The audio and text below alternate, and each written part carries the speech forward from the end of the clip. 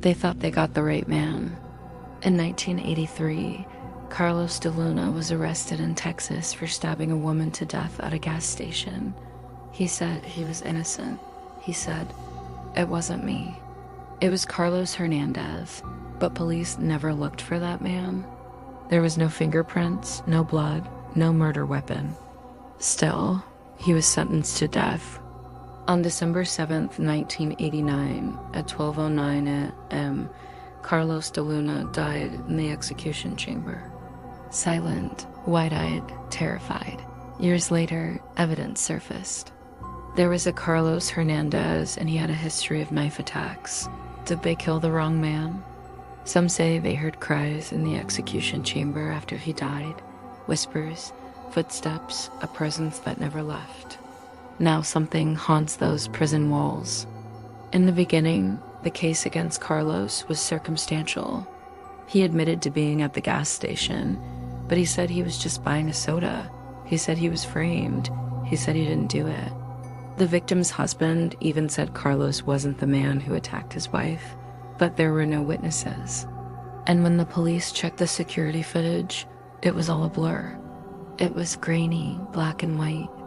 All they could see was a man running away from the crime scene, and somehow they thought it was Carlos. He had a history of assault.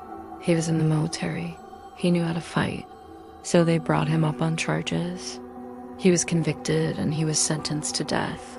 There were appeals. There were hearings. But every time Carlos got close to freedom, they would pull him back. He was kept in solitary confinement for over a decade. He lost his sanity.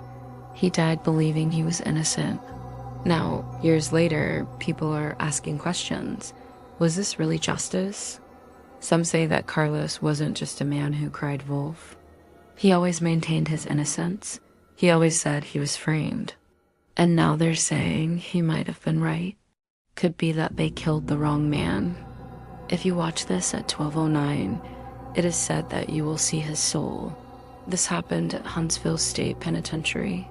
His body was buried 6 feet under in the prison cemetery, but his headstone reads, "In loving memory of a soldier who went to war with the devil and won." What does that mean? Was he a soldier? Was he a victim? Was he a killer? What was he to them?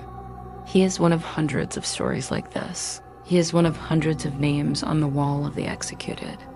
People come here to pay their respects, to remember a name, to remember a face, to remember a life that was lost. And some say, if you listen closely, you can hear his voice.